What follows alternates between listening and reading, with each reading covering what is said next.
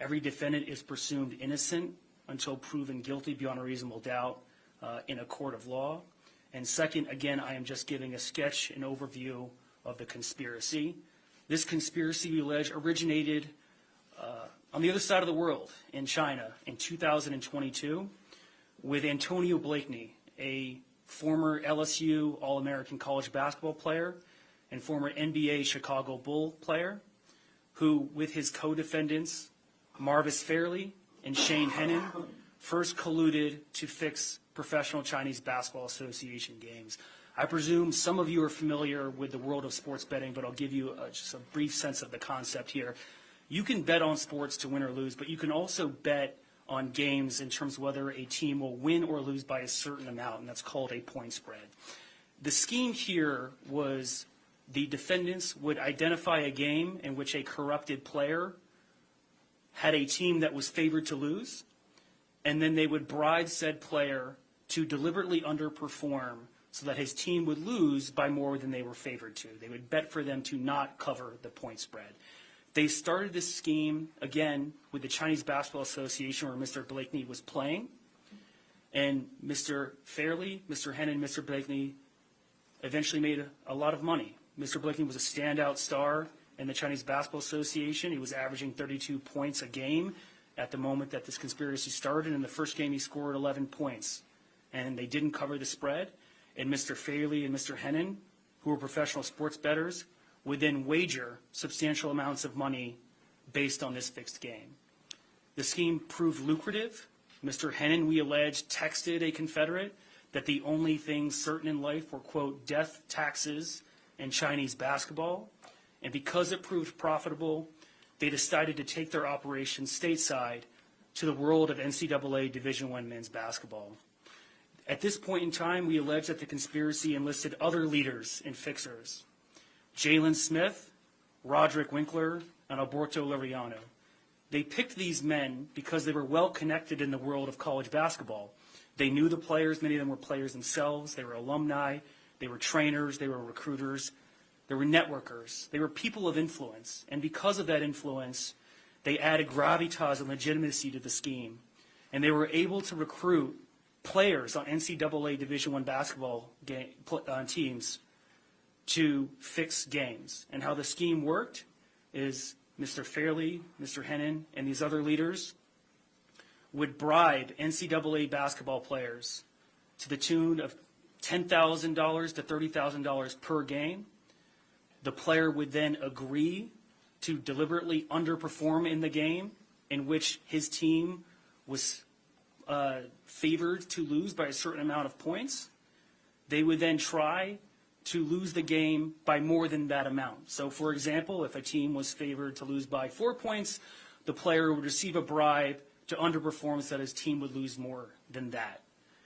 They did so with carefully orchestrated FaceTime calls to obscure and prevent their communications from being intercepted and recorded. They recruited other players. They had players recruit their teammates. And this scheme and this conspiracy eventually mushroomed. It eventually enveloped 17 NCAA Division I programs, 39 players, and 29 games that we allege were either fixed or attempted to be fixed. I'm not going to go through every team, school, and game, but I think you all get the point. This was a massive scheme. It enveloped the world of college basketball. It included conferences such as the Big East, the Atlantic 10 Conference, the Sun Belt, the Horizon League. It involved games against nationally ranked programs. It involved games in the playoffs of conference championships. It was a significant corruption of the integrity of sports. Once a player received a bribe, Mr. Fairley and Mr. Hennon would then place substantial amounts of money to the tune of hundreds of thousands of dollars per game to enrich themselves, to the tune of an aggregate loss of millions of dollars in fraudulent sports bets on bribed and fixed games.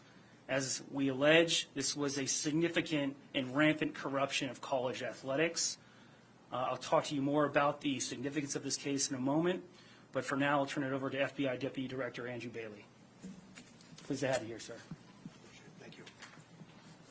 Good morning. FBI Deputy Director Andrew Bailey. I want my presence here to emphasize the FBI's role in the investigation of a point-shaving and sports bribery conspiracy that spanned multiple years, crossed state lines, and extended internationally, involving NCAA men's college basketball programs. An investigation that led to the indictments that we've announced today. I'll take the next few minutes to reaffirm the FBI's unwavering commitment to protecting the American people and highlight the exceptional work of the FBI teams whose dedication and professionalism made these indictments possible. Over the past 2 years, the FBI's Philadelphia field office has conducted a wide-ranging investigation into a point-shaving conspiracy involving at least 15 NCAA men's college basketball teams. To date, several individuals have already been charged and held accountable. Today, as a result of the exemplary work of our Philadelphia field office, 20 additional defendants were indicted for their alleged roles in this scheme. Those who believed they could operate in the shadows, defraud the public, and escape justice were wrong. The Department of Justice and this FBI will not tolerate the exploitation of the American institutions for criminal profit, nor will we allow victims of this crime, the fans who fill the arenas, the students and alumni who believe in fair competition, and the American public who expect integrity in the institutions they love, to be denied justice. I'm proud to stand here today because of the outstanding work of the men and women of the FBI Philadelphia field office who led this investigation. I also want to thank our outstanding partners at the U.S. Attorney's Office for their leadership, coordination, and courage to bring the wrongdoers to justice. I want to recognize the critical support of all FBI field offices that contributed to this case. This case represents a powerful example of what coordinated law enforcement can accomplish. When individuals choose to manipulate fair competition, they do more than commit financial crimes. They erode confidence in institutions that bring Americans together. The FBI exists to protect that trust, and when it is abused, we act. To the honest athletes, coaches, and officials who compete with integrity every day, the FBI stands with you. To those who choose corruption, fraud, and betrayal, we will find you, you will be investigated, and we will hold you accountable. Thank you. With that, I'm going to turn it over to Special Agent in charge of our FBI field office here in Philadelphia. All right, thank you, sir. I do want to begin with a thank you to you. Your presence here this morning means a lot to the office, means even more to the case team. Thank you. Thanks to the U.S. Attorney's Office, U.S. Attorney Metcalf, to the prosecutors here for your work. Obviously, without your work and support with respect to this investigation, none of what we're talking about here would have been possible. The legitimacy of sports rests on fair competition, earned outcomes, and honest play. We expect athletes to embody the very best of hard work, skill, and discipline, not to sell out to those seeking to corrupt the game for their own personal benefit. When money is used as a tool to influence outcomes, it does not just taint a single game, it tears at the trust in the results that we cherish. The crimes alleged in today's indictment are not victimless. This was a calculated scheme designed to manipulate outcomes, deceive fans, corrupt athletes, and undermine credibility of our leagues and institutions. Yesterday's indictment reflects our commitment to protecting the integrity of sports at every level. It marks the second time in just a few months that the work of the FBI has illuminated the scourge of sports bribery.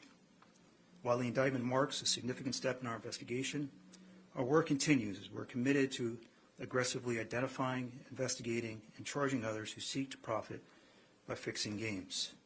Behind every bet is a record of the transaction, a piece of data that we, along with our partners, are continuing to exploit to identify anomalies which may be indicators of similar behavior.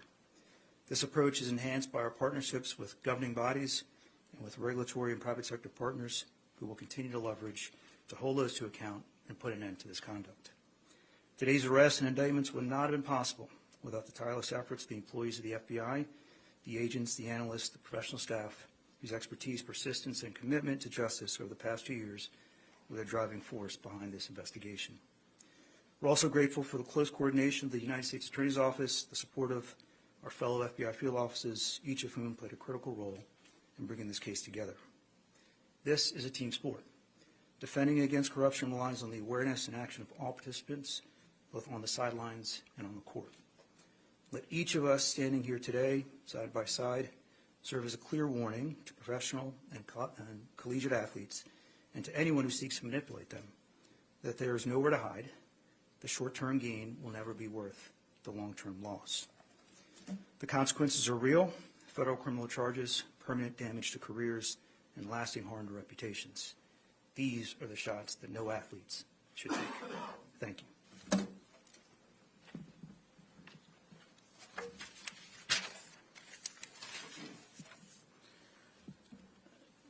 As the United States Attorney, I present this case in that capacity, but I do have to say that the true credit belongs to the line FBI agents and the two gentlemen beside me.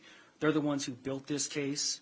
It took a great degree of effort, grit, determination, the type of values that you would see in sports. I'm glad you said this is a team sport, because it is. And this case is a reflection of that and all the values that we expect from our sports institutions. A tremendous amount of credit has to go to the FBI for their diligent and zealous construction of such an immense and impactful case that spanned the country. It's the type of cases that we want to do, and it's really a great reflection of the merit, the excellence of the agents who built it. As I said, this is the corruption of college sports. There is a substantial interest, public interest, in the integrity of sports. A great value of American society is a free, fair, and level playing field. That's why we have antitrust laws to protect competition and commerce. We have insider trading laws to protect the integrity and a level playing field in securities markets. And that's why we have the Sports Bribery Act to protect the integrity of collegiate sports. Sports in many ways are a microcosm, a metaphor for American society and our values. It means something a great deal to us. And when criminals rig the outcome of games for the purpose to lose, rather than to win, we all lose. And that's why we're here today. This is a significant case. I'll take some questions in a moment. Before I do, I want to say the investigation is ongoing. As you can imagine, this is an extensive, significant, ongoing case. We will continue to investigate. I encourage everyone out there who has information about sports wagering in the NCAA or any professional sports, who have information about this case or similar schemes, to come forward and give Special Agent in charge, Wayne Jacobs, a call, and the U.S. Attorney's Office a call, so we can continue this fight. With that, I'm happy to take a few questions about this case. Yes, ma'am.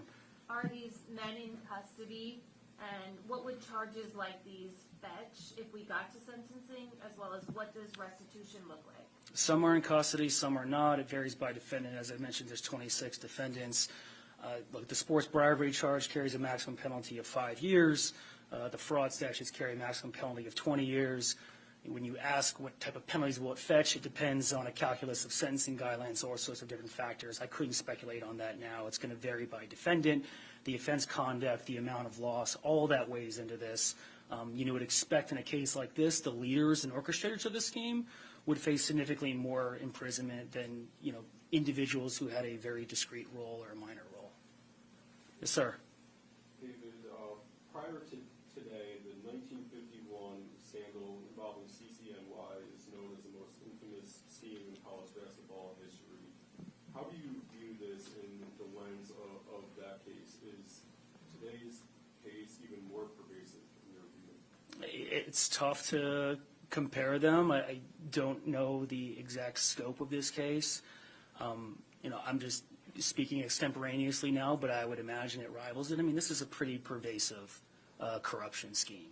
As I mentioned, we're talking about dozens of games, athletes, 17 teams. I do view it as historic for that reason. Yes? Could you pull out one example from the indictment of the LaSalle-St. Bonaventure game? It looks like the LaSalle players refused to cooperate. That's what I take from that. So there were times, as we allege in the indictment, in which there was an attempted fix of the game. And for various reasons, either because the players either did not cooperate or they were actually cooperating but were unsuccessful, the game was not actually, did not have the outcome that the organizers or leaders hoped they would. There are 9 other players on the court. There's coaches and there's referees. Now in basketball, one player could substantially influence a game in ways that in other sports you cannot. But it's not a guarantee. But by and large, the scheme was very successful. Yes, sir. Just to follow up on her question, just because obviously we're caring about the Philadelphia tie here for a bunch of us here. Yeah. With the LaSalle game, did those players, I know you said sometimes they attempted to fix, did the players not take the money, or did they take the money and it wasn't successful? If you could speak to that a little bit. I'm just going to refer you to the indictment on that. Look, in terms of the Philadelphia ties, I will say this. The case originated here. One of the defendants resides in this district. But more importantly, this is a nationally significant case with impact across districts, across offices, across jurisdictions and states. And our office wants to do these cases because they maximize the impact on public welfare. And in a case like this, of this complexion and gravity, all sorts of offices could bring those cases. It's a testament to the excellence of the FBI agents and these two gentlemen that our office brought it. And as I've said before, these are the type of cases our office wants to do, and we hope there'll be more to come on this score. Yes? Yeah, two questions here real quick. The players that were caught, are they still in school? Have they been drafted by the pros? Do you have any idea what's going on? It depends. You know, it's tough to generalize when you ask questions about players. Some are professional basketball players in other leagues. Some are still in school. Yes, sir. Just a two-pronged thing. One, first of all, a lot of the players, and I believe there's only Blakely were charged elsewhere. Why was that the case? And then secondly, obviously, two of the defendants that you charged were also charged with the Eastern District of New York or NBA poker gambling-related cases. Did the two offices work together? Did you see a relationship between your investigation and theirs? Let me address the first question first. You said they're charged elsewhere. Do you mean in a separate charging instrument? Yes. So as I point out, there are indictments and related filings in this case. The indictment unsealed today is not the only charging document. To address your second question about the ED&Y case, there is a relationship between the two cases. Yes, we have been in coordination with the U.S. Attorney's Office and the Eastern District of New York. I'm glad you asked this question because I do think it's helpful to distinguish this case from that one. There are defendants in common, but fundamentally this is a different criminal scheme. If you read the Eastern District of New York indictment, it is fundamentally an insider trading case with a complexion of sports. The individuals in that case were making wagers on insider information, for example, injuries, to make money based on insider information, right? But there is a really important difference between wagering on predicted outcomes on insider information and wagering on determined outcomes, outcomes that you control. The former is a crime against sports betting markets. The latter is a crime against the sport itself. And that's what this case is about. That's what makes it different, in my opinion, worse. Yes? Two questions. One, any connection to the Major League Baseball pitchers that are being investigated for? Not that I'm aware of. Okay.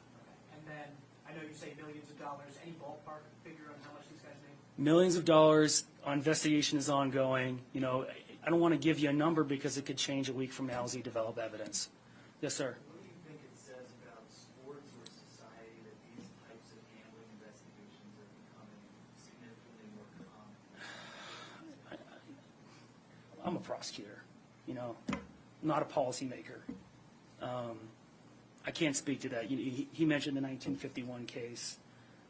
There have been a spate of these gambling cases recently. Now, I will say that the evidence in this case shows that the monetization of college athletics and athletics generally through the liberalization and proliferation of sports betting markets, as well as the normalization of compensation athletics, furthered the enterprise in this case.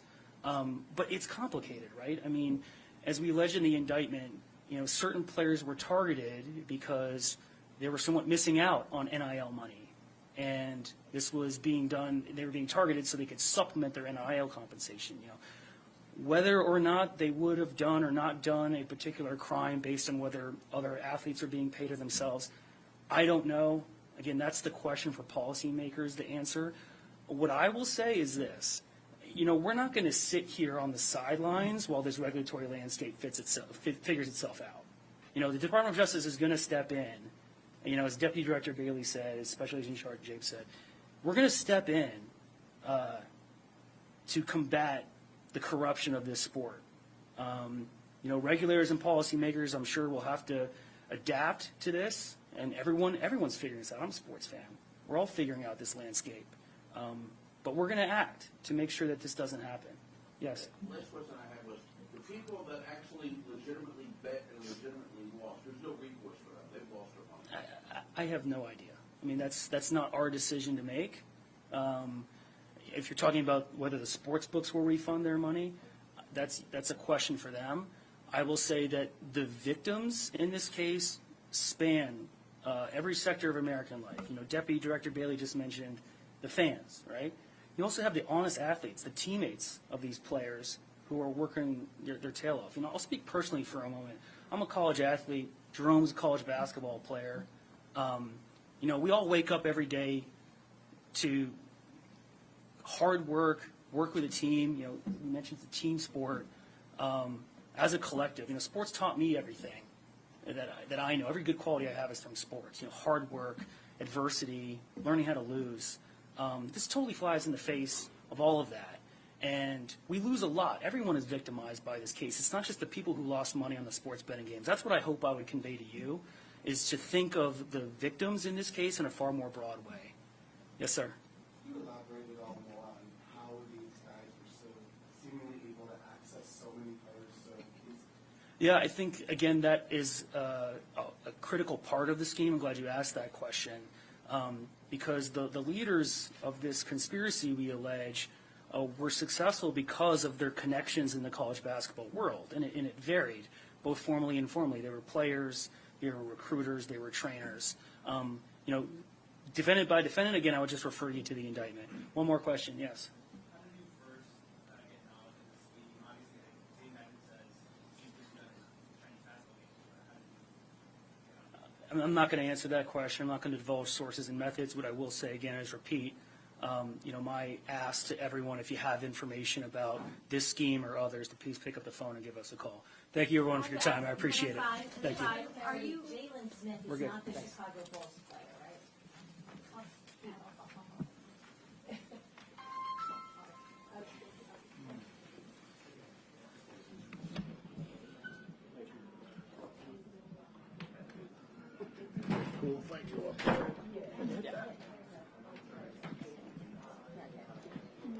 This guy's not an active player.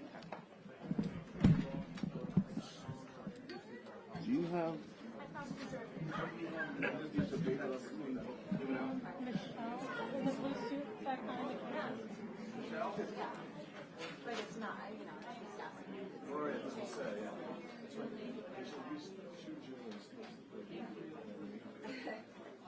one currently